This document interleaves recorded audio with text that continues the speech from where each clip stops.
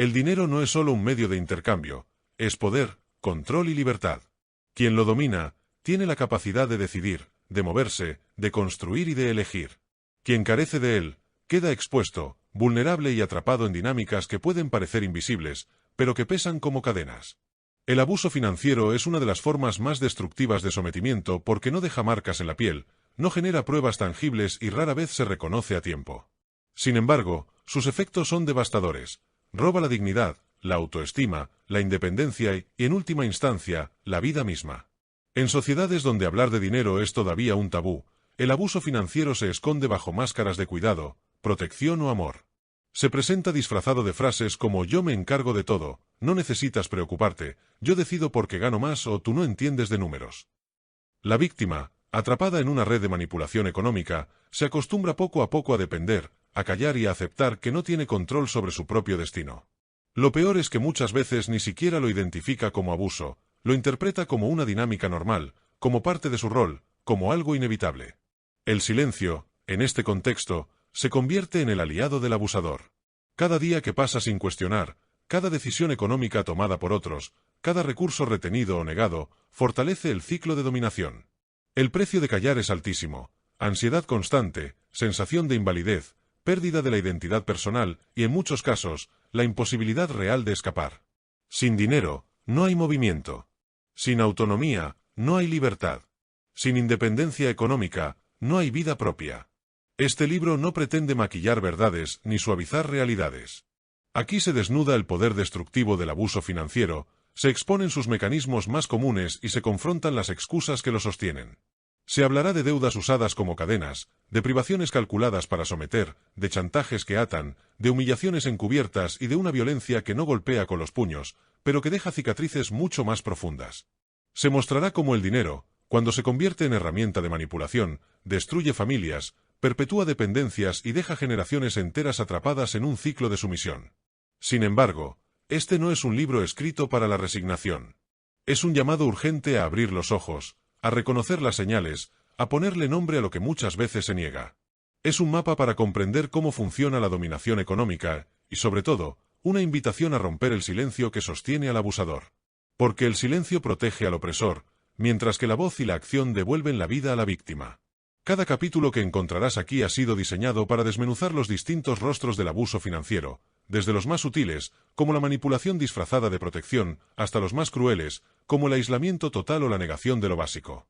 Verás reflejadas historias que podrían ser la tuya o la de alguien cercano. Encontrarás las dinámicas culturales, sociales y legales que lo perpetúan, y descubrirás herramientas para recuperar el control de tu economía y de tu vida. El precio del silencio es, ante todo, un libro incómodo. Incomoda porque rompe el disfraz del proveedor protector, porque señala con crudeza las grietas que preferimos ignorar, porque cuestiona creencias que la cultura ha normalizado durante siglos. Pero la incomodidad es necesaria, sin ella, no hay despertar.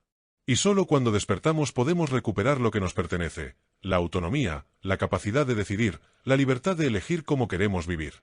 El abuso financiero roba mucho más que dinero, roba sueños, roba tiempo, roba vida. Callar cuesta demasiado. Este es el momento de mirar de frente la verdad, aunque duela. Porque el precio del silencio siempre será más alto que el precio de la libertad. Capítulo 1. El silencio que cuesta caro. Antes de iniciar, nos alegraría mucho si fueras uno de los primeros en dejar tu like y suscribirte. El silencio siempre tiene un precio, pero cuando se trata de abuso financiero, ese precio es demasiado alto. Callar frente a la manipulación económica no solo implica aceptar la pérdida del control sobre tus recursos, también significa entregar tu autonomía, tu dignidad y, lentamente, tu vida entera. No se trata únicamente de números en una cuenta bancaria o de billetes en una billetera. Se trata de un proceso progresivo de erosión interna que destruye la identidad de la víctima y fortalece el poder del abusador. El silencio comienza con algo aparentemente pequeño: dejar que alguien más decida cuánto gastarás, aceptar sin cuestionar que no hay suficiente aunque lo haya, ceder tu tarjeta para que sea otro quien controle los movimientos, resignarte a no preguntar porque temes la respuesta. A primera vista, parecen concesiones inofensivas, actos de confianza o incluso formas de evitar conflictos. Pero detrás de esa aparente calma se esconde la trampa. Cada silencio es un ladrillo que construye una muralla de dominación. Cada vez que eliges callar, cedes terreno que rara vez se recupera. El costo emocional es el primero en hacerse evidente. La persona que calla comienza a sentir que no tiene derecho a reclamar, que su voz carece de valor. Se instala la idea de que hablar es inútil, de que exigir explicaciones solo traerá más humillaciones o más restricciones.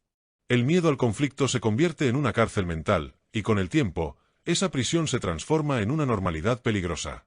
La víctima empieza a convencerse de que vivir en silencio es la única forma posible de sobrevivir. Luego llega el costo práctico.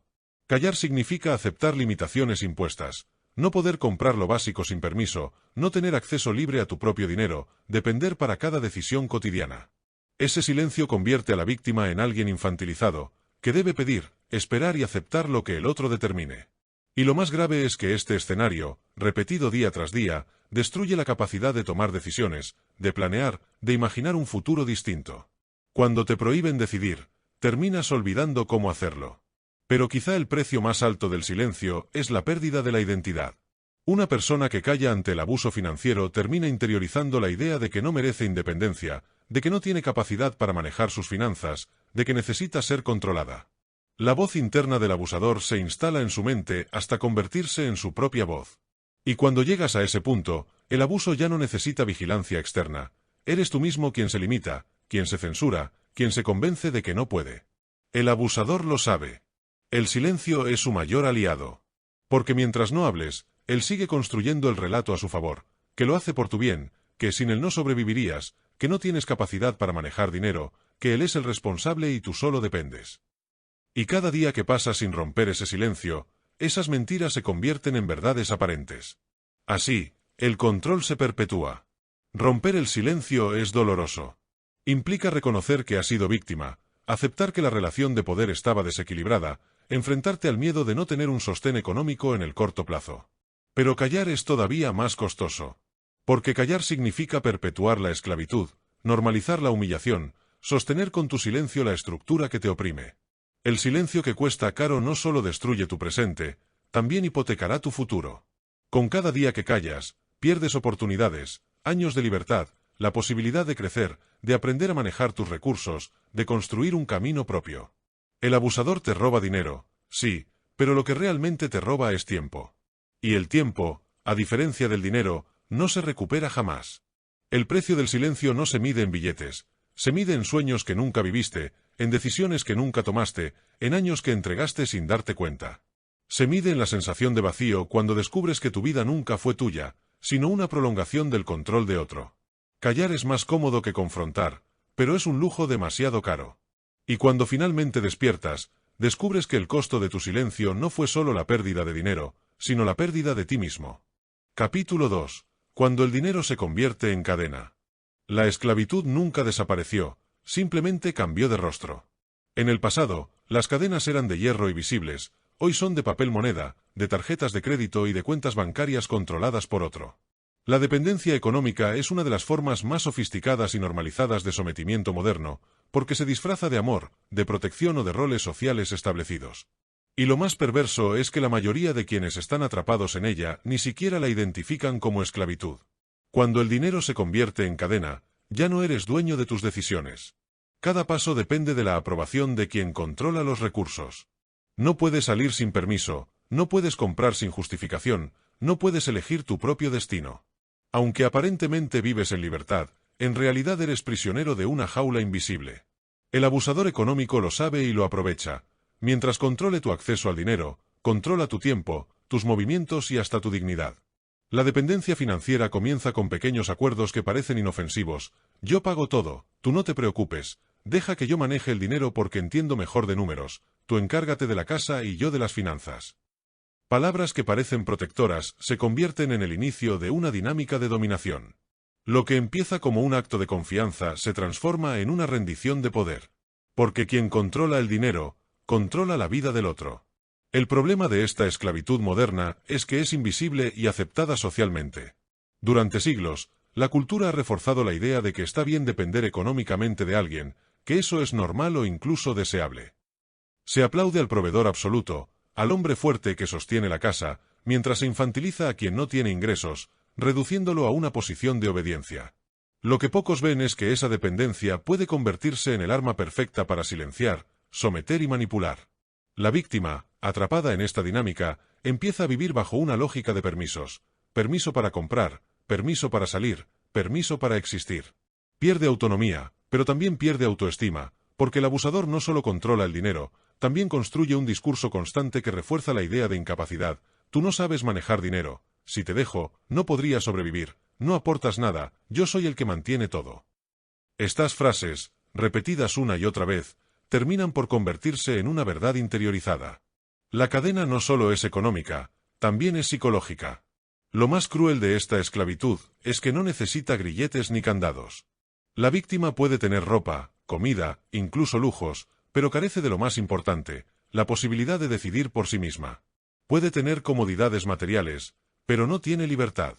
Y la libertad no se mide en lo que posees, sino en tu capacidad de elegir qué hacer con lo que posees. La dependencia económica roba tiempo y oportunidades. Mientras estés atado a otro para sobrevivir, no podrás construir tu propio camino. La educación, el desarrollo profesional, los sueños personales, todo se posterga o se cancela en función de la voluntad del abusador.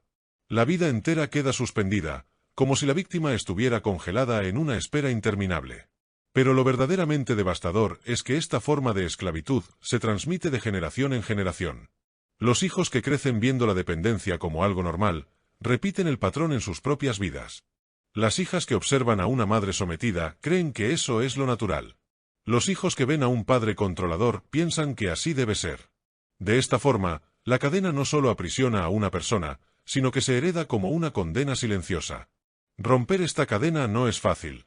Implica enfrentar miedos profundos, el miedo a no tener recursos propios, el miedo a salir sin nada, el miedo a fracasar. El abusador se asegura de reforzar ese temor, recordando constantemente que sin él la víctima no sobrevivirá. Sin embargo, lo que no dice es que la verdadera muerte está en la dependencia misma, vivir sin libertad, sin capacidad de elegir, sin dignidad. El dinero no debería ser una cadena, debería ser una herramienta. No debería ser el medio para someter, sino el recurso para crecer. Reconocer que la dependencia económica es una forma de esclavitud moderna es el primer paso para romperla. Porque quien entiende su cárcel, empieza a buscar la salida. El abusador se alimenta de tu dependencia, pero la cadena solo se mantiene mientras aceptes vivir dentro de ella. El día que decides recuperar tu poder económico, aunque sea con pasos pequeños, es el día en que la esclavitud comienza a resquebrajarse. La libertad no llega de golpe, pero empieza cuando reconoces que esa cadena existe y que no fue hecha para ti. Capítulo 3. La trampa invisible del abuso financiero. El abuso financiero rara vez empieza con un golpe sobre la mesa o con la prohibición explícita de manejar dinero. La mayoría de las veces se instala como una sombra, con gestos que parecen insignificantes, decisiones que parecen lógicas y frases que suenan hasta protectoras. Esa es su naturaleza más peligrosa, no llega de golpe, se desliza lentamente hasta envolver a la víctima en una red de dependencia que, una vez tejida, es difícil romper. Las trampas invisibles funcionan porque no se reconocen como trampas al principio. La víctima cree que son acuerdos de pareja, que son gestos de cuidado o que simplemente así funciona la relación. Pero debajo de esa fachada se oculta un plan claro: anular la autonomía económica del otro para asegurar el control absoluto. Uno de los mecanismos más comunes es el control disfrazado de eficiencia. El abusador se presenta como la persona que sabe manejar mejor el dinero. Argumenta que tiene más experiencia, que es más ordenado, que entiende de cuentas y presupuestos. La víctima, confiando o evitando conflictos, cede el control de las finanzas. Al principio parece práctico, pero poco a poco se convierte en dependencia. Ya no sabe cuánto dinero entra, cuánto sale ni en qué se gasta. Sin darse cuenta, ha entregado las llaves de su libertad. Otro mecanismo es la asignación controlada. El abusador da dinero como si fuera un favor, no como un derecho. Lo reparte en cantidades limitadas, justificando que es para que aprendas a administrar o para que no gastes de más. Lo que en realidad hace es mantener a la víctima en estado de carencia, obligada a pedir, a justificar, a agradecer lo que le corresponde por derecho. El acto de pedir dinero se convierte en humillación constante. También está el aislamiento económico progresivo. El abusador limita el acceso a cuentas bancarias, esconde contraseñas, retira tarjetas de débito o crédito bajo el argumento de que es más seguro así. Lo hace poco a poco, hasta que la víctima deja de tener acceso directo a los recursos. Y cuando se da cuenta, ya no tiene ningún medio económico propio. Es como quitarle las alas a un ave, aunque viva, ya no puede volar. Un mecanismo más sutil aún es la deuda compartida. El abusador involucra a la víctima en préstamos, créditos o hipotecas, pero es él quien controla el dinero. La deuda queda a nombre de ambos, pero el poder de decisión es unilateral. Esto ata legalmente a la víctima, generándole miedo a abandonar la relación por temor a las consecuencias económicas que quedarán sobre sus hombros. La deuda se convierte en un grillete invisible que pesa más que cualquier candado. La manipulación emocional también cumple un papel central. El abusador utiliza frases cargadas de aparente preocupación: yo te cuido, no te preocupes, deja que yo maneje esto, es muy complicado para ti, confía en mí, yo sé lo que hago. La víctima, que puede sentirse insegura o poco preparada en temas financieros, acepta esas frases como protección. Lo que en realidad ocurre es un vaciamiento de poder. Cuanto más confías en otro para manejar tu vida económica, menos confías en ti mismo. La trampa invisible es tan eficaz porque se construye en silencio, con pasos pequeños que apenas llaman la atención. La víctima se acostumbra a no preguntar, a no decidir, a esperar. Y cuando por fin se da cuenta, ya no se trata de un detalle, sino de un sistema entero montado para privarla de autonomía. Es entonces cuando descubre que el abuso financiero no fue un accidente, sino un plan sostenido en el tiempo. El resultado es devastador. La persona queda atrapada en una situación en la que no puede tomar decisiones económicas básicas sin la aprobación del abusador. No puede salir, no puede independizarse, no puede romper el ciclo, porque cada movimiento depende de quien controla los recursos. Y esa dependencia genera una parálisis profunda, que muchas veces dura años. El abuso financiero no se impone con violencia visible, se instala con seducción, con falsas promesas y con pequeños actos que parecen normales. Esa es la verdadera trampa. Te convence de que no estás atrapado hasta que ya no puedes salir. Reconocer estos mecanismos sutiles es el primer paso para romper la red. Porque una trampa invisible solo se vuelve inofensiva cuando alguien la ilumina y la nombra. Y lo que se nombra deja de ser sombra, se convierte en verdad. Capítulo 4. Control disfrazado de cuidado. El abuso financiero rara vez se presenta de manera brutal desde el inicio. Si así fuera, la víctima lo identificaría con mayor facilidad, y tal vez, se resistiría antes de caer en la trampa. La estrategia del abusador es mucho más sofisticada: vestir el control con un manto de cuidado, disfrazar la dominación con palabras de protección. Y ese disfraz es tan convincente que, durante mucho tiempo, la víctima lo confunde con amor. Todo comienza con frases aparentemente nobles: yo me encargo, tú no te preocupes. No te expongas a problemas, yo resuelvo todo. Es mejor que no te metas en estos temas, son muy complicados. Yo gano más, por eso decido en qué se gasta. Cada una de estas frases parece un gesto de responsabilidad, de generosidad o de compromiso. Pero en realidad esconden un propósito claro: anular la autonomía del otro. El abusador sabe que mientras más responsabilidades financieras quite de las manos de la víctima, más poder concentrará en las suyas. Y lo hace lentamente, sin que parezca un acto de sometimiento, sino un acto de cuidado. El control disfrazado de cuidado tiene varias capas. La primera es el paternalismo financiero, donde el abusador asume el rol de protector absoluto. Se coloca en una posición de superioridad: él sabe, él decide, él maneja. La víctima, en cambio, queda reducida a alguien débil o incapaz que necesita ser guiada. Esta dinámica erosiona la confianza personal, porque poco a poco convence a la víctima de que realmente no tiene la capacidad de manejar sus propios recursos. La segunda capa es el miedo disfrazado de prevención. El abusador utiliza el discurso del peligro externo para justificar su control. Afirma que manejar dinero es arriesgado, que allá afuera la víctima podría ser estafada, engañada o aprovecharse de ella. Así, instala la idea de que depender de él es más seguro que intentar ser autónomo. El miedo se convierte en una herramienta de sumisión, y la víctima termina agradeciendo las mismas cadenas que la oprimen. La tercera capa es el sacrificio como excusa. El abusador recuerda constantemente que él carga con todo por amor, que él se sacrifica para que la víctima viva tranquila, que gracias a él no falta nada en casa. Ese discurso genera culpa. La víctima siente que reclamar o exigir autonomía sería un acto de ingratitud hacia quien, supuestamente, hace tanto por ella. Y en esa culpa, renuncia una y otra vez a su derecho de decidir. El control disfrazado de cuidado es devastador porque manipula los sentimientos más profundos. ¿Quién puede rebelarse contra alguien que dice estar cuidándote? ¿Quién se atreve a cuestionar al que se presenta como protector? Ese disfraz no solo engaña a la víctima, también engaña a la sociedad, que aplaude al proveedor responsable sin ver que en realidad ejerce dominación económica. Con el tiempo, la víctima empieza a notar grietas. Se da cuenta de que no tiene acceso a cuentas, que no puede tomar decisiones, que debe pedir permiso para lo más mínimo. Empieza a sentir que su vida ya no le pertenece. Y entonces comprende la verdad. Lo que parecía cuidado era control, lo que parecía protección era dominación, lo que parecía amor era manipulación. El costo de esta dinámica es brutal. La víctima no solo pierde autonomía económica, también pierde autoestima, seguridad y capacidad de decisión. Vive en una jaula dorada, tal vez con comodidades materiales, pero sin libertad real. Porque lo que define la libertad no es lo que posees, sino tu capacidad de decidir qué hacer con lo que posees. El control disfrazado de cuidado es una de las armas más silenciosas del abuso financiero. No golpea, no grita, no amenaza. Susurra, acaricia y convence. Y esa suavidad lo hace aún más peligroso, porque la víctima tarda años en reconocerlo. Romperlo implica desenmascarar el disfraz, quitarle el velo romántico y llamarlo por su nombre: dominación. Solo entonces es posible iniciar el camino hacia la recuperación de la autonomía.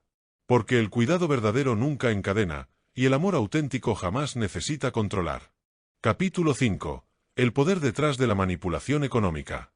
Antes de continuar con el capítulo, te recuerdo que si no te has suscrito, quizás nunca nos volvamos a ver. El dinero no es neutro. No es solo billetes, cuentas bancarias o transferencias digitales. El dinero concentra poder. Y en manos de un abusador, ese poder se convierte en un arma de control total, capaz de someter, humillar y anular la voluntad de una persona. La manipulación económica no es un accidente, es una estrategia premeditada. Quien controla el dinero controla la vida del otro. El poder del abusador no está en el recurso en sí, sino en la capacidad de decidir quién lo tiene, quién lo usa y bajo qué condiciones. El dinero se transforma en un filtro que define lo que puedes comer, cómo vistes, dónde vives, qué oportunidades tienes y hasta si puedes o no salir de una relación tóxica. No se trata de números, se trata de vida o muerte. El abusador sabe que mientras concentre los recursos, no necesita levantar la voz ni usar la violencia física. Basta con decir no hay dinero para frenar un sueño. Basta con retener una tarjeta para impedir un movimiento. Basta con negar el acceso a efectivo para cortar la independencia. Esa es la esencia de la manipulación económica, la dominación sin necesidad de golpes, porque el arma es mucho más poderosa y sutil. Existen múltiples formas en que este poder se ejerce. Negación selectiva. El abusador elige cuándo hay dinero y cuándo no. Puede comprar para sí mismo, pero negar recursos para lo básico de la víctima. Esta manipulación crea confusión. La víctima nunca sabe si el problema es real o una excusa. La incertidumbre genera dependencia. Premio y castigo. El dinero se usa como recompensa por obediencia y como castigo por cuestionar. Si la víctima acepta el control, recibe algo; si reclama, se le quita todo. El abusador convierte los recursos en un sistema de condicionamiento que destruye la libertad de elección. Control total de la información. No hay acceso a estados de cuenta, no se conocen ingresos reales, no hay transparencia en gastos. El abusador monopoliza el conocimiento económico, dejando a la víctima en la oscuridad. Quien no tiene información, no tiene poder. Humillación pública o privada. El dinero se convierte en argumento para degradar: yo pago todo, tú no vales nada. Esa frase, repetida una y otra vez, destruye la autoestima de la víctima, que termina creyendo que su valor está directamente ligado a su capacidad de generar ingresos. El poder de la manipulación económica radica en que no se percibe como violencia. La víctima no puede mostrar un moretón ni una herida. Si se atreve a contar su situación, la sociedad suele responder con incredulidad: pero no te falta nada, si él paga todo, deberías estar agradecida. Eso no es abuso, es cuidado. Y en ese manto de normalización, el abusador opera impune. Pero lo más perverso es que este poder no solo domina el presente, también hipotecará el futuro. Una persona sometida financieramente pierde años de experiencia, oportunidades de trabajo, crecimiento profesional y educación. El abusador no solo roba dinero, roba tiempo, roba caminos que nunca se recorrieron. Y el tiempo perdido es irreparable. La manipulación económica es control total porque condiciona la existencia misma. No tener acceso al dinero significa no poder huir, no poder reconstruir tu vida, no poder decidir sobre tu cuerpo ni sobre tu destino. Significa estar atrapado en una prisión invisible donde el carcelero maneja las llaves de cada movimiento. La pregunta incómoda es: ¿hasta dónde llega este poder? La respuesta es simple y brutal, hasta donde el silencio lo permita. Mientras la víctima calla, el abusador sigue acumulando control. Cada concesión, cada permiso pedido, cada gasto justificado alimenta la estructura de dominación. Y una vez instalada, esa estructura no se derrumba sola. El poder detrás de la manipulación económica es absoluto porque no solo toca el bolsillo, invade la mente, rompe la voluntad y secuestra la vida. Reconocerlo no es suficiente. Hay que nombrarlo, enfrentarlo y arrancarle la máscara de normalidad con la que se presenta. Solo entonces es posible recuperar la libertad que nunca debió ser entregada. Capítulo 6. La sumisión que se compra con billetes. No toda obediencia nace del miedo directo. A veces se compra, se financia, se premia. En el abuso financiero, la sumisión no siempre se impone con amenazas abiertas, sino con la seducción del dinero, regalos, privilegios selectivos, comodidades calculadas. El abusador convierte los billetes en el mecanismo perfecto para domesticar, porque sabe que mientras pueda satisfacer necesidades a su manera, podrá condicionar cada movimiento de la víctima. El mecanismo es simple, se da para controlar. El abusador no entrega recursos por generosidad, lo hace con una intención precisa: atar. Regala algo, pero ese regalo no es gratuito. Tiene un precio oculto: silencio, obediencia, lealtad forzada. Lo que parece un gesto de amor es, en realidad, una transacción donde el abusador compra tu libertad a cambio de cubrir tus necesidades. Al principio, la dinámica puede parecer hasta agradable. La víctima recibe dinero para gastos, ropa nueva, salidas ocasionales. Cree que es cuidado, que es apoyo, que es una demostración de afecto. Pero lo que en verdad ocurre es un adiestramiento progresivo. Se acostumbra a recibir, a depender, a agradecer. Poco a poco, se borra la línea entre lo que es un derecho y lo que parece un favor. El abusador convierte lo que debería ser acceso legítimo a recursos en una dádiva bajo su control. Con el tiempo, la víctima comienza a asociar su bienestar con la obediencia. Entiende que si se somete, recibe; si se rebela, pierde. Así, cada elección queda condicionada por la amenaza invisible de perder lo que se le da. El abusador no necesita gritar ni golpear, basta con cerrar la mano y cortar el flujo del dinero para que la víctima se pliegue nuevamente a sus reglas. Esta forma de compra de obediencia es tan efectiva porque se sostiene en una mezcla peligrosa de necesidad y miedo. La víctima necesita cubrir lo básico: comida, techo, salud. Y teme quedarse sin nada si desobedece. El abusador juega con esa dualidad: satisface lo suficiente para mantenerte de pie, pero nunca lo suficiente para que seas independiente. Te da para que vivas, pero no para que escapes. El impacto psicológico es devastador. La víctima empieza a sentir que su vida tiene precio, que su voz, su decisión y hasta su cuerpo están a la venta. No lo dice con esas palabras, pero lo vive cada día, cada vez que calla por no perder un beneficio, cada vez que acepta una humillación para no arriesgar el sustento, cada vez que elige someterse para mantener un techo sobre su cabeza. El abusador convierte la existencia en una subasta constante donde la libertad siempre pierde frente al miedo de quedarse sin recursos. Lo más perverso es que esta dinámica no siempre se percibe como abuso. Muchas víctimas llegan a convencerse de que tienen una vida cómoda, porque no falta nada material. Pero esa comodidad es una ilusión. Tener bienes sin tener autonomía no es vivir, es ser mantenido bajo condiciones impuestas. Y lo que se presenta como estabilidad es en realidad una jaula dorada, reluciente, cómoda, pero cárcel al fin. El abusador financia la obediencia porque entiende una verdad simple: mientras pague por tu sumisión, nunca tendrá que enfrentarse a tu libertad. Sabe que no necesita violencia física si puede mantenerte anestesiado con privilegios selectivos. Y mientras aceptes ese trato, aunque no lo veas, estás vendiendo tu voz a cambio de migajas disfrazadas de cuidado. La pregunta clave es: ¿cuánto vale tu obediencia? ¿Qué precio estás dispuesto a aceptar por callar, por renunciar a decidir, por entregar tu vida? Cada billete que recibes como favor a cambio de silencio es una renuncia a tu dignidad. Y lo que se vende barato nunca se recupera caro. La sumisión que se compra con billetes siempre se cobra más cara que lo que aparenta dar.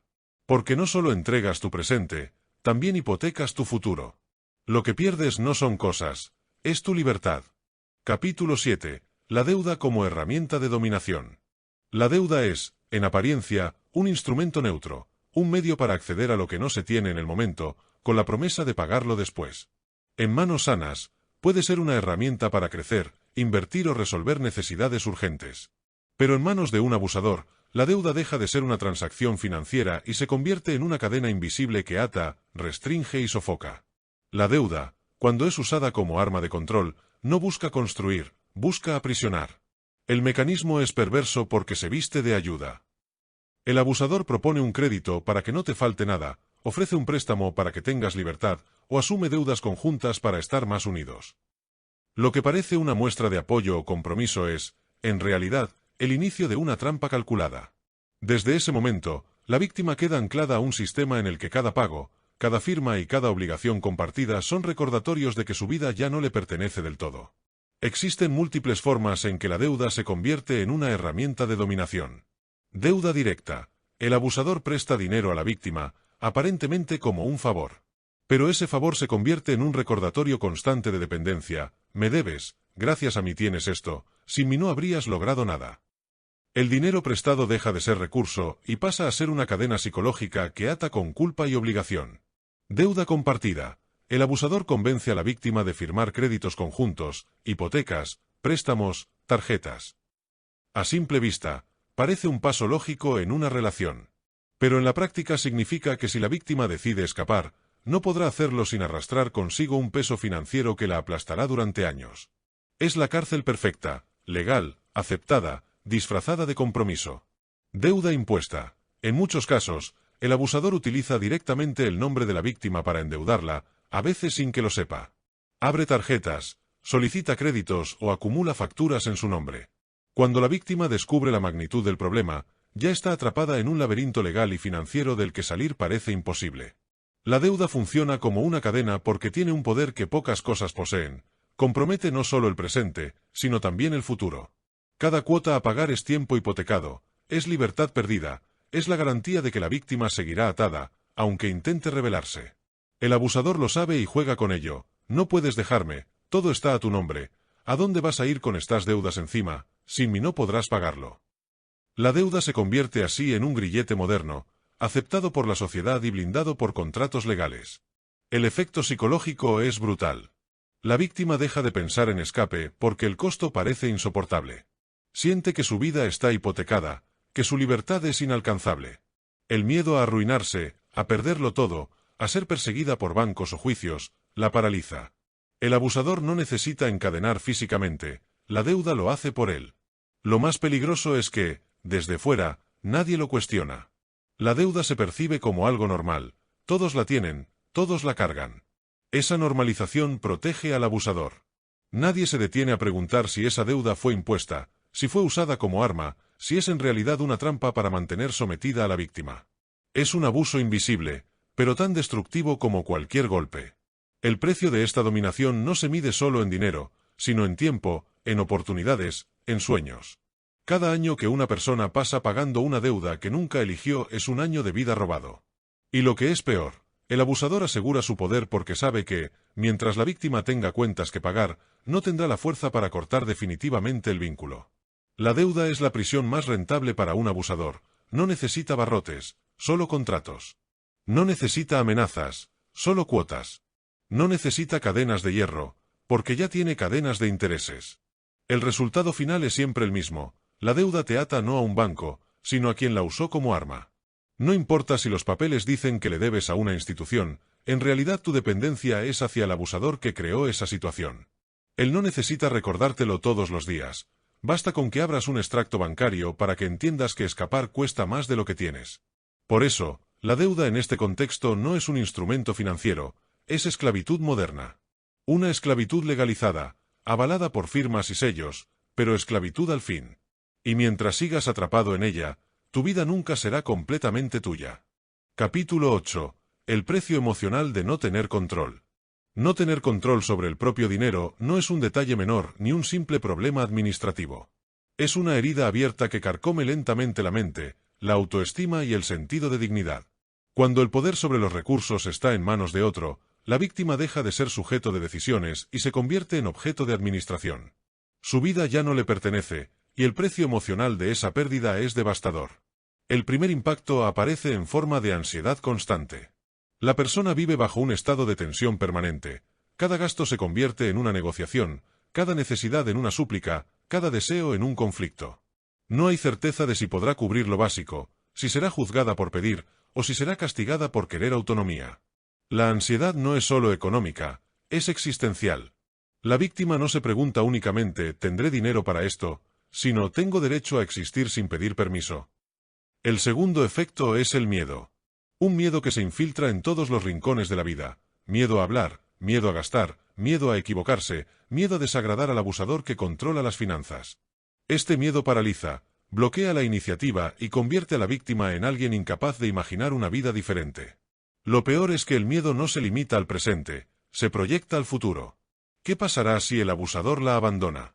¿Cómo sobrevivirá sin recursos propios? Ese horizonte incierto es un recordatorio cruel de la dependencia creada.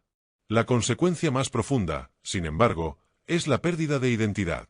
Cuando una persona no decide sobre su propio dinero, poco a poco deja de decidir sobre sí misma.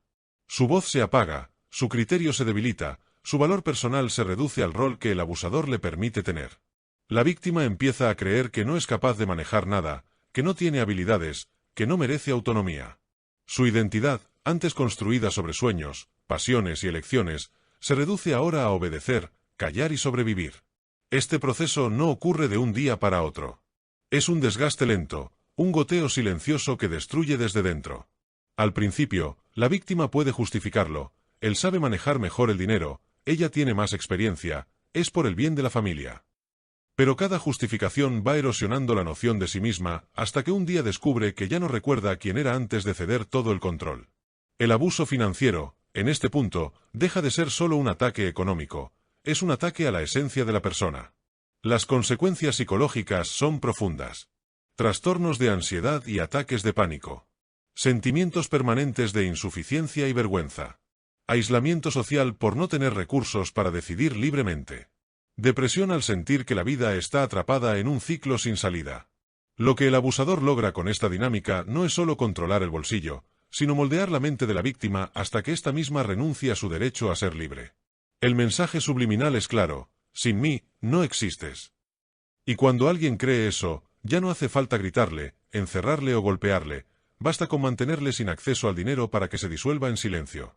El precio emocional de no tener control es, en realidad, la pérdida de la vida misma en su dimensión más íntima. Porque no hablamos solo de billetes y cuentas, sino de dignidad, de identidad y de la posibilidad de decir yo decido sobre mí. Y cuando ese derecho se arranca, lo que queda no es vida, sino una sombra que sobrevive bajo las condiciones impuestas por otro. Capítulo 9. Dependencia, el arma más silenciosa. El abuso financiero tiene una fuerza tan brutal precisamente porque rara vez se presenta como una agresión evidente. No hay gritos ni golpes que lo delaten, sino un silencioso sometimiento que se construye poco a poco, hasta dejar a la víctima atrapada en una dependencia que parece imposible de romper. Y esa es la esencia de esta forma de violencia: quitarte las opciones, cerrarte las salidas, dejarte convencida de que sin el abusador no puedes vivir. La dependencia económica es el arma más silenciosa porque opera desde la ilusión del cuidado y la provisión. Al principio puede parecer una ventaja: alguien se encarga de los gastos, alguien resuelve las cuentas, alguien provee lo necesario. Pero lo que se oculta detrás es un mecanismo de control absoluto. Cuando el otro administra, posee y decide sobre todo el dinero, lo que está comprando no son cosas, sino tu obediencia y tu sumisión. En este escenario, cada decisión cotidiana se transforma en un recordatorio de tu impotencia. Si quieres comprar algo, debes pedir permiso. Si necesitas cubrir una urgencia, tienes que justificar cada gasto. Si deseas emprender un proyecto personal, la respuesta será que no hay recursos o que no es prioritario. Poco a poco, el horizonte se reduce hasta el punto en que la víctima ya no se imagina capaz de tomar decisiones sin consultar. La dependencia no solo se instala en el bolsillo, sino también en la mente. La lógica del abusador es simple: mientras controles los recursos, controlas la vida entera de la persona. Si no puede acceder al dinero, no puede irse, no puede construir un futuro, no puede siquiera tener un plan de escape. Y en esa imposibilidad se genera una jaula invisible, una prisión sin barrotes donde la víctima vive bajo la constante sensación de deuda y carencia. El daño más cruel de la dependencia es que mata la percepción de alternativas. La persona deja de ver caminos, deja de imaginar posibilidades, deja de creer en su propia capacidad para sobrevivir sola. El mensaje repetido por el abusador: sin mí no eres nada, tú no sabrías manejarte, nadie más se hará cargo de ti, termina instalándose en la mente de la víctima hasta volverse una verdad. La dependencia ya no es solo financiera, es psicológica, es emocional, es existencial. Este tipo de control tiene un costo brutal.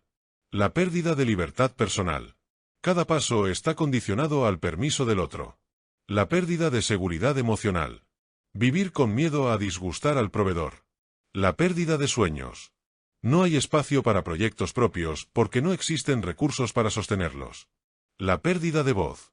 La víctima aprende a callar para no arriesgar lo poco que se le concede. La dependencia económica se convierte, entonces, en una forma de esclavitud moderna. No hay cadenas de hierro, pero sí facturas, cuentas bancarias y tarjetas que funcionan como grilletes invisibles.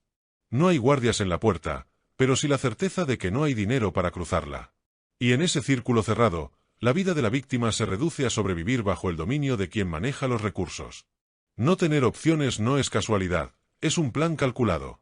El abusador no quiere que existan salidas, porque la dependencia garantiza obediencia. Y mientras la víctima no tenga acceso real a sus propios recursos, seguirá atrapada en la más silenciosa, y quizás la más devastadora, de todas las formas de violencia. Capítulo 10. El chantaje financiero en la vida diaria. Antes de continuar con este capítulo, recuerda seguirnos, si todavía no lo has hecho. El chantaje financiero no necesita grandes escenas para ejercer su poder.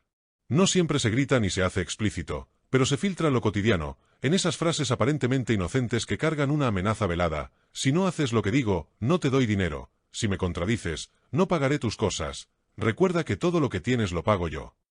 No hay necesidad de golpes cuando la cartera se convierte en un arma. Este tipo de abuso funciona porque toca la fibra más vulnerable, la supervivencia.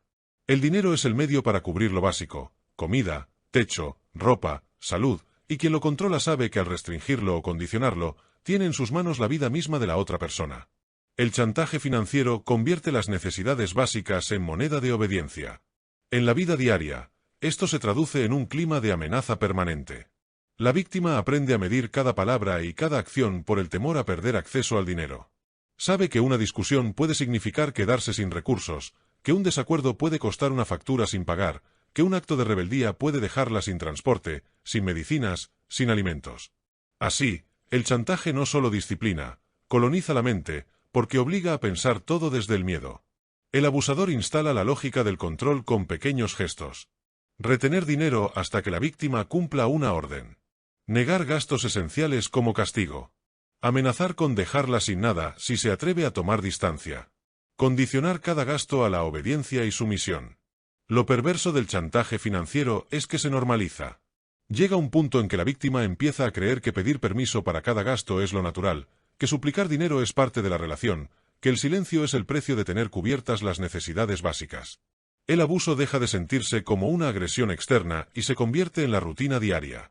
Este mecanismo genera un círculo de opresión en el que la víctima vive bajo tres emociones dominantes. Miedo, porque sabe que en cualquier momento puede perderlo todo. Culpa, porque se le convence de que depende demasiado y que no merece más. Resignación, porque no ve salida y acepta que su vida esté atada a la voluntad del abusador. El chantaje financiero es, en realidad, una forma de terrorismo psicológico: mantener a alguien sometido bajo la constante amenaza de quitarle el acceso a lo indispensable. Y mientras exista ese miedo latente, la víctima no puede ser libre, porque su libertad siempre tendrá un precio: el precio de su silencio, de su obediencia y de su dignidad. Capítulo 11. Privaciones calculadas. Negarte lo básico. El abuso financiero no siempre se ejerce a través del lujo o el exceso. A menudo se manifiesta en lo más elemental: negar el acceso a lo básico. Lo verdaderamente cruel no es quitar lo superfluo, sino restringir lo indispensable, esas necesidades que sostienen la vida y la dignidad: la comida, la ropa, la salud, la vivienda. Privar a alguien de lo fundamental no es negligencia ni descuido, es un mecanismo calculado para mantener el control. La estrategia es sutil, pero devastadora. El abusador sabe que no necesita golpes ni amenazas explícitas para someter. Basta con restringir la comida en la nevera, retrasar la compra de medicinas, decidir qué ropa mereces o qué tratamientos no son tan necesarios. Cada privación es un recordatorio de que tu bienestar depende enteramente de su voluntad. El mensaje implícito es claro: tu vida está en mis manos. Esa es la esencia del abuso: no se trata solo de dinero, sino de poder absoluto. Controlar lo básico significa colocar a la víctima en un estado de vulnerabilidad permanente, en el que cualquier gesto de desobediencia puede traducirse en hambre, enfermedad o carencias físicas. El impacto psicológico de estas privaciones es profundo. El miedo a quedarse sin lo esencial se convierte en un ancla que paraliza. La víctima aprende a aceptar condiciones injustas para no perder acceso a lo mínimo. Deja de reclamar, deja de cuestionar, deja de soñar con independencia porque sabe que hasta lo más pequeño, un plato de comida caliente, una prenda nueva, una cita médica, puede ser arrebatado como castigo. Las privaciones calculadas operan bajo una lógica de humillación. Negar comida suficiente, reduciendo la alimentación a un arma de control. Restringir ropa o artículos personales, imponiendo vergüenza y dependencia. Decidir cuándo y cómo se atienden problemas de salud, retrasando consultas o medicamentos esenciales. Justificar la escasez como sacrificio necesario, culpando a la víctima por ser demasiado exigente. El efecto es doble. Por un lado, destruye la autonomía material, no puedes satisfacer tus propias necesidades. Por otro, destruye la autonomía psicológica, te convence de que no mereces más que lo que se te concede. Lo que debería ser un derecho básico se transforma en un privilegio condicionado a la obediencia. El resultado final es devastador. La víctima deja de percibirse como un ser humano con derechos y comienza a aceptar la vida como un estado de carencia permanente. Su dignidad es fragmentada poco a poco, y en su lugar queda una sensación constante de insuficiencia, dependencia y sometimiento. Negar lo básico no es solo crueldad, es la estrategia más directa de dominación. Porque quien controla tu alimento, tu ropa y tu salud, controla tu vida entera. Capítulo 12. La vergüenza como mecanismo de control. La vergüenza es una de las armas más efectivas en el arsenal del abuso financiero. No necesita gritos constantes ni amenazas abiertas. Basta con sembrar la idea de que no produces lo suficiente, de que no aportas lo necesario, de que tu existencia es una carga. Una frase dicha en el momento adecuado: yo soy el que trae el dinero a esta casa, tú no vales nada porque no aportas, si no fuera por mí, no tendrías nada, puede convertirse en una cadena invisible más pesada que cualquier deuda. En esta dinámica, la víctima es reducida a su valor económico. Su dignidad, su inteligencia, su trabajo no remunerado, su cuidado, sus sacrificios, todo es invisibilizado frente a una única medida: cuánto dinero genera directamente. El abusador sabe que, en un mundo donde el dinero es símbolo de poder y prestigio, la falta de ingresos puede convertirse en una marca de inferioridad. Y convierte esa marca en un látigo psicológico. La humillación se vuelve cotidiana. Recordatorios constantes de que todo lo que se tiene es gracias a él. Comparaciones hirientes con otras personas que sí producen. Reproches disfrazados de bromas: eres un adorno caro, si no trabajas, al menos cállate. Insinuaciones de que la víctima debería estar agradecida porque la mantienen. Cada uno de estos golpes erosiona la autoestima. La víctima empieza a internalizar el discurso del abusador y se convence de que efectivamente no vale lo suficiente. Aparece la culpa. Culpa por no generar dinero, culpa por depender, culpa por no encajar en el modelo de autosuficiencia que la sociedad glorifica. El efecto es devastador porque transforma la dependencia económica en un estado de vergüenza perpetua. No se trata solo de necesitar dinero, se trata de sentir que no mereces tenerlo, de aceptar que cualquier ayuda es un favor inmerecido, de agradecer incluso las migajas porque no estás aportando nada. La vergüenza cumple una doble función: paraliza y silencia. Quien se siente indigno no reclama, no exige, no lucha. Aprende a callar porque teme ser ridiculizado, porque cualquier intento de reclamar será devuelto con más humillación. ¿Con qué cara me pides si no aportas nada? El abusador convierte así la inseguridad de la víctima en un muro que la mantiene quieta, obediente y sin fuerza para escapar. Lo más cruel es que la vergüenza no termina cuando el abusador calla. Se instala en la mente de la víctima y se repite como un eco, incluso cuando está sola. La voz interna repite las frases de humillación, recordándole constantemente su supuesta falta de valor. El control deja de necesitar presencia física, se vuelve autoinfligido, automático, imposible de apagar. La vergüenza, en manos de un abusador, es más que un sentimiento, es un sistema de dominación. Y mientras la víctima crea que no produce lo suficiente para merecer respeto, seguirá atrapada en una cárcel invisible construida con palabras que hieren más que cualquier golpe. Capítulo 13. La violencia que no deja moretones. Cuando pensamos en violencia, la mayoría imagina golpes, gritos o marcas en la piel. Pero hay una forma de agresión mucho más silenciosa, más difícil de identificar, y por eso mismo, más peligrosa: la violencia financiera. No deja moretones en el cuerpo, pero deja cicatrices profundas en la mente, en la autoestima y en la dignidad. El abuso financiero es violencia porque cumple la misma función que cualquier otra agresión: someter, controlar, reducir la libertad del otro. La diferencia es que no necesita contacto físico ni estallidos de ira. Se ejerce con cálculos fríos, con decisiones razonables que parecen lógicas, con frases disfrazadas de preocupación o cuidado. El verdugo no levanta la mano, pero levanta barreras invisibles alrededor de la víctima. Este tipo de violencia es difícil de denunciar porque no se percibe como tal. A los ojos externos, todo parece normal. La víctima no tiene acceso a dinero, pero su pareja paga todo, no puede trabajar, pero la cuidan en casa, no compra ropa ni se atiende médicamente, pero la familia decide en qué se gasta. Desde afuera, puede parecer hasta orden y responsabilidad. Pero en realidad es un mecanismo de control disfrazado de normalidad. Lo invisible de esta violencia es lo que la hace más destructiva. La víctima comienza a dudar de sí misma. ¿Será que estoy exagerando? ¿Será que realmente no aporto nada y por eso no debo decidir? ¿Será que es normal que no tenga acceso a dinero si él es quien trabaja? Este gaslighting financiero mina la percepción de la realidad hasta que la víctima deja de ver su situación como abuso y empieza a asumirla como destino. El abusador, por su parte, se protege bajo el manto de la responsabilidad económica. Puede incluso presentarse ante otros como un proveedor ejemplar, alguien que sostiene a su familia. Nadie ve la otra cara, la restricción calculada, el chantaje, las privaciones, el constante recordatorio de que sin mí no eres nada. Las consecuencias de esta agresión invisible son brutales. Erosiona la identidad, porque la víctima deja de reconocerse como alguien con derechos y capacidades. Provoca dependencia emocional, porque la inseguridad económica alimenta la necesidad de aprobación del abusador. Genera miedo constante, ya que cualquier acto de desobediencia puede traducirse en pérdida de lo poco que se tiene. Destruye la autoestima, porque vivir sin control financiero se traduce en sentirse incapaz, inútil o irrelevante. El abuso financiero demuestra que la violencia no necesita sangre para ser real. El control sobre el dinero se convierte en un arma tan efectiva como un golpe, porque hiere en lo más profundo, la autonomía, la dignidad, la posibilidad de decidir sobre la propia vida. No deja moretones visibles, pero deja heridas abiertas que acompañan a la víctima durante años, incluso después de haber escapado.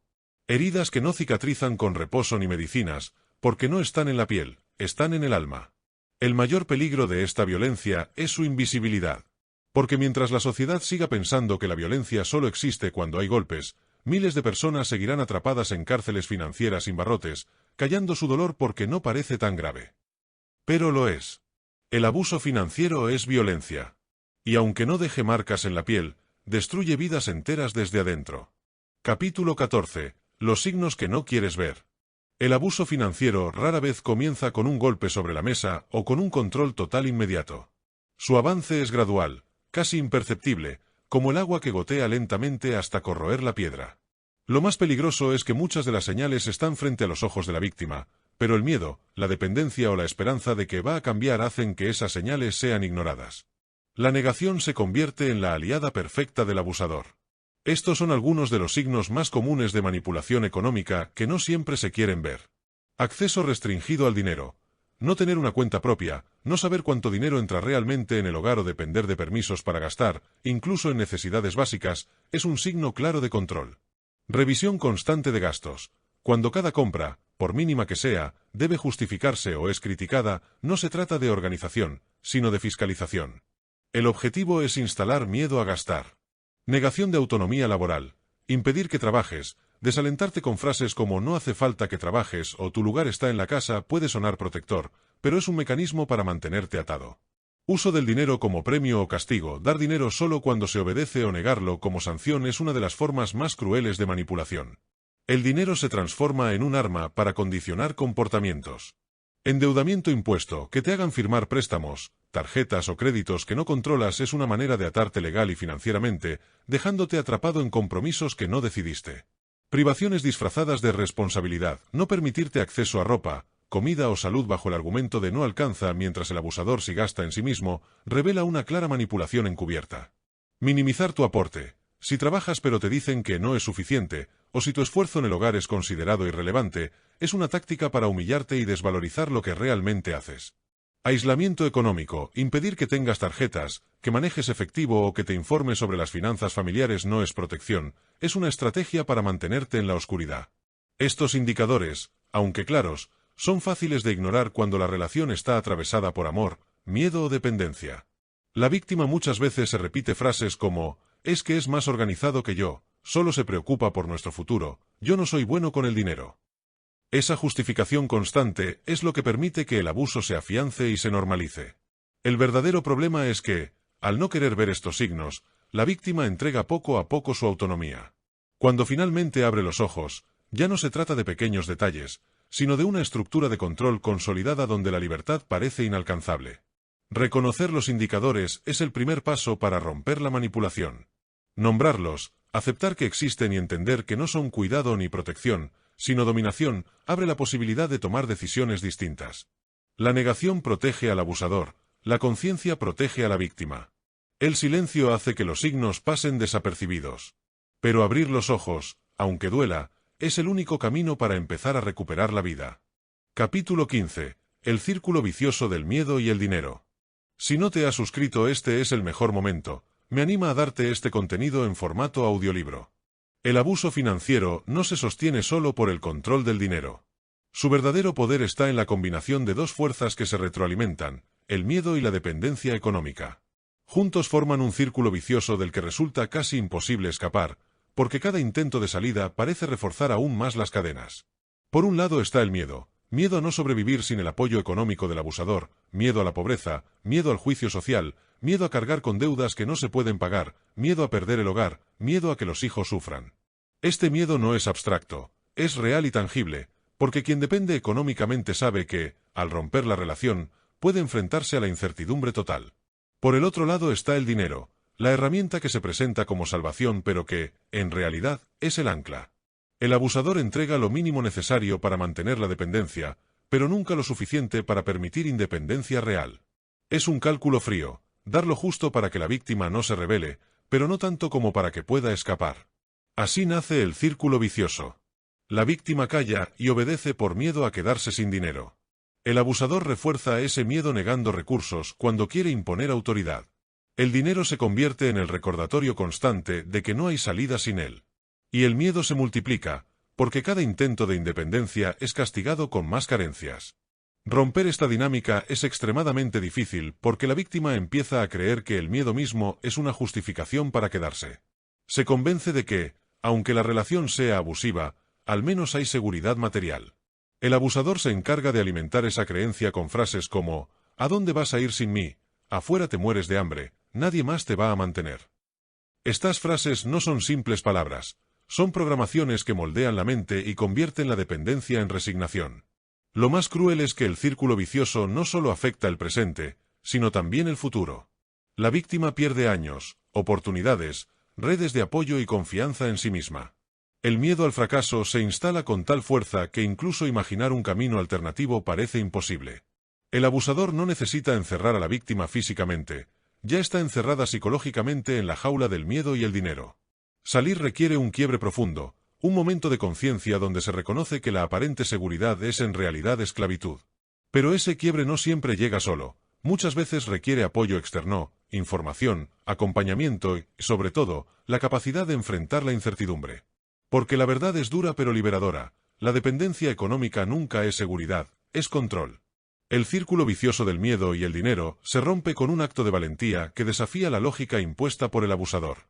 Un paso hacia la incertidumbre, sí, pero también un paso hacia la libertad. Porque vivir atrapado no es vivir, es sobrevivir en una cárcel que no deja cicatrices visibles, pero que destruye el alma día a día. Capítulo 16. Cómo el silencio se convierte en cómplice. El silencio, en contextos de abuso financiero, no es inocente. Aunque muchas veces nace del miedo, la vergüenza o la esperanza de que las cosas cambien, termina funcionando como una correa invisible que asegura el poder del abusador. Callar no detiene la violencia, la normaliza. No denuncia la injusticia, la encubre. No protege a la víctima, la hunde aún más en la trampa. Al inicio, el silencio suele parecer una estrategia de supervivencia. Si no digo nada, no habrá discusiones. Si me quedo callado, no habrá represalias. Si aguanto, tal vez mañana sea diferente. Este mecanismo tiene lógica en una mente que busca evitar el dolor inmediato. Pero, en la práctica, cada vez que se calla un acto de manipulación económica, el abusador recibe un mensaje claro: puede seguir haciéndolo sin consecuencias. La negación se suma como un aliado poderoso. La víctima empieza a justificarse, no es tan grave, lo hace porque se preocupa, yo no soy bueno con el dinero. Cada excusa construye una muralla que protege al abusador y encierra a la víctima. Mientras tanto, el control crece en silencio, sin testigos y sin resistencia. El silencio también funciona como un filtro hacia el mundo exterior. No se habla con amigos ni familiares por miedo al juicio o la incomprensión. No se pide ayuda porque nadie lo entendería. La víctima aprende a representar una vida normal, mientras por dentro se ahoga en la asfixia del control económico. De esta manera, el silencio no solo protege al abusador, también aísla a la víctima de cualquier posibilidad de apoyo. Lo más destructivo es que, con el tiempo, el silencio se internaliza. Ya no hace falta que el abusador prohíba hablar, la propia víctima se censura. Se convence de que no vale la pena, de que nadie le creerá, de que su dolor no importa. Así, el silencio se convierte en un cómplice perfecto, no impuesto desde fuera, sino instalado en el interior como una voz constante que ordena callar. Pero hay que decirlo con claridad, el silencio siempre favorece al abusador y nunca protege a la víctima. Hablar no es fácil, implica riesgos y puede generar miedo, pero callar prolonga indefinidamente la opresión. Romper el silencio es el primer acto de rebeldía, la grieta por donde entra la posibilidad de libertad. El silencio es cómodo para el abusador y devastador para la víctima. Elegir callar es, en la práctica, convertirse en parte del mecanismo que sostiene la dominación. No es justo cargar a la víctima con toda la responsabilidad, pero es necesario entender que cada palabra que se reprime, cada humillación que no se nombra, cada injusticia que se oculta, fortalece el sistema de abuso. La salida comienza cuando se nombra lo innombrable, cuando el dolor se transforma en voz y la verdad deja de ser enterrada. El silencio mata lentamente, la palabra abre la puerta a la posibilidad de vivir. Capítulo 17. Las promesas que nunca llegan. El abuso financiero rara vez se sostiene solo en el presente, también se alimenta de un futuro prometido que nunca se cumple. El abusador entiende que no basta con controlar los recursos hoy, necesita garantizar que la víctima crea que mañana todo será diferente, que lo soportado tiene sentido y que el sacrificio dará frutos. Esa esperanza, cuidadosamente manipulada, se convierte en otra cadena invisible. Las promesas son múltiples y variadas. Cuando paguemos esta deuda, vas a poder decidir. Cuando las cosas mejoren, abriré una cuenta a tu nombre. Cuando tengamos más dinero, ya no tendrás que preocuparte. Cada frase es un anzuelo que mantiene a la víctima enganchada, siempre esperando, siempre postergando su libertad por un mañana que nunca llega. Este mecanismo es perverso porque explota una necesidad humana básica, la fe en el futuro. El abusador se aprovecha de ese deseo legítimo de estabilidad, de progreso, de seguridad, para crear una ilusión que neutraliza la resistencia. Así, la víctima deja de cuestionar el presente porque se aferra a la promesa de un futuro distinto. Es una trampa psicológica diseñada para inmovilizar. El problema es que esas promesas están diseñadas para no cumplirse. Funcionan como una zanahoria colgada frente al burro, un objetivo que parece alcanzable pero que siempre se aleja en el último momento. Cada vez que se está a punto de concretarse, aparece una nueva excusa, una crisis inesperada, un gasto imprevisto, un cambio de planes. Y así la esperanza se renueva, mientras la realidad permanece intacta. El daño psicológico de estas promesas falsas es profundo. Generan confusión, desgaste emocional y un sentimiento de culpa en la víctima, que empieza a creer que quizá es ella quien no está haciendo lo suficiente para que las cosas mejoren. El abusador refuerza esta idea con frases hirientes. Si fueras más responsable, ya estaríamos mejor. Si confiaras más en mí, ya habrías visto resultados. De esta manera, el incumplimiento se convierte en un arma doble, retiene la sumisión y transfiere la culpa. Lo más devastador es que estas ilusiones prolongan indefinidamente el abuso. La víctima no actúa porque cree que la espera tiene sentido. Su paciencia es explotada, su capacidad de aguantar se convierte en el combustible del sistema. El abusador sabe que no necesita cumplir las promesas, solo necesita renovarlas constantemente, lo justo para mantener la esperanza encendida. Romper esta trampa exige un despertar brutal, comprender que las promesas incumplidas no son accidentes ni descuidos, sino parte de un patrón de manipulación. Reconocer que el futuro prometido no existe y que el único tiempo que importa es el presente. Entender que si hoy no hay libertad, mañana tampoco la habrá, porque la libertad no se concede, se conquista. Las promesas que nunca llegan son una droga psicológica que adormece la voluntad y retrasa la ruptura. Quien vive esperando ese mañana ideal queda atrapado en un presente perpetuo de obediencia. La liberación comienza cuando se rompe la ilusión y se asume la verdad más dura pero más poderosa. El abusador nunca dará lo que promete, porque su poder depende de mantenerte esperando. Capítulo 18. La humillación como moneda de cambio. En el abuso financiero, el dinero no es solo un medio de control material, sino también un arma psicológica que se combina con la humillación.